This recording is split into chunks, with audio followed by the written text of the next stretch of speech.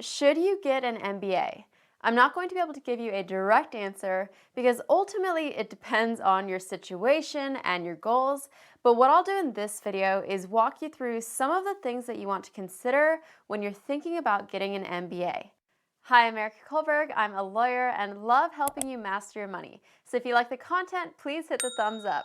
Diving right in, the most obvious thing you'll want to evaluate when considering an MBA is the overall cost. MBA programs on average land graduates with more than $70,000 of debt. Top schools like the University of Pennsylvania and Columbia can cost upwards of $100,000 in tuition alone. I ultimately ended up with over $200,000 of student loans after law school, so trust me when I say that this is a factor that you really want to spend some time considering. In addition to the cost of tuition and your living expenses and books, you also might want to keep in mind the opportunity cost. If you're going for a full-time MBA program, that probably means you're going 2 years without income. Another factor you want to consider is if getting an MBA is going to be worth the cost.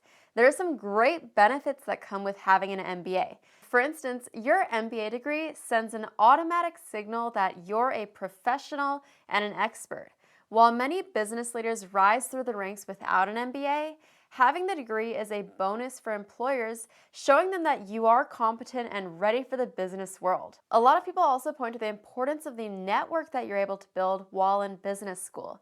You're learning not only from the professors, but the other students as well. You'll learn hard skills like how to read a balance sheet or how to value a stock, but a lot of it is qualitative.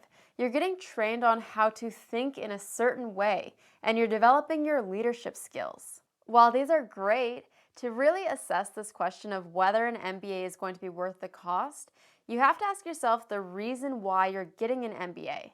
It seems like typically people fall into 3 categories. One, they want an MBA so that they can get into jobs in management consulting, private equity, investment banking, venture capital, or the like, where it's typically advantageous to have an MBA, particularly if you didn't get your foot in the door right out of college.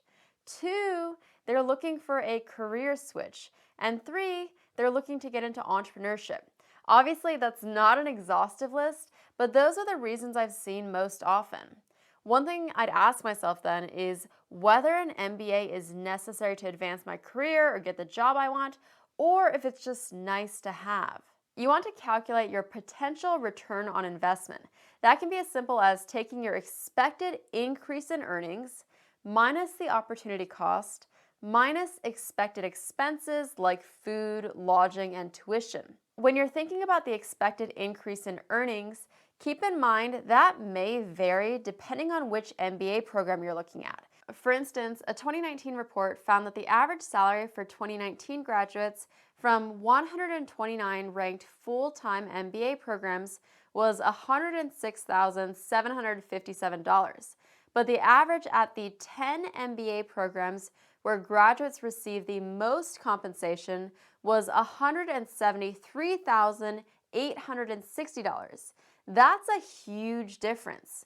Unfortunately, whether we like it or not, potential employers don't just care that you went to business school.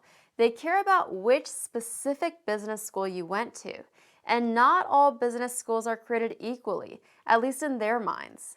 Going to Harvard Business School is probably going to open up more doors for you than going to a regional school. So that's something you'd want to factor into your calculations. The bottom line, look for a program that fits your interests and career goals and offers a great debt-to-value ratio.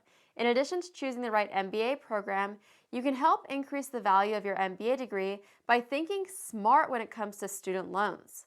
One significant benefit of an MBA is that it can seriously boost your salary and your finances. If your financial picture has improved with things like a solid income and consistent credit history, you may be a good candidate for student loan refinancing, which I talk about in this video. After I graduated from law school, I refinanced my student loans with SoFi, and it was one of the best financial decisions I've ever made. And I'll tell you how this relates to the debt-to-value ratio. Refinancing your student loans after obtaining an MBA can help you lower interest rates, which means that you could pay less interest on your student loans, and voila, that MBA becomes even more valuable. So I hope this video was helpful, and next up, I think you'll like this video where I talk about my personal story of paying off over $200,000 of student loans. Hopefully you'll get some good inspiration from that. Thank you so much for watching, and I'll see you in the next one.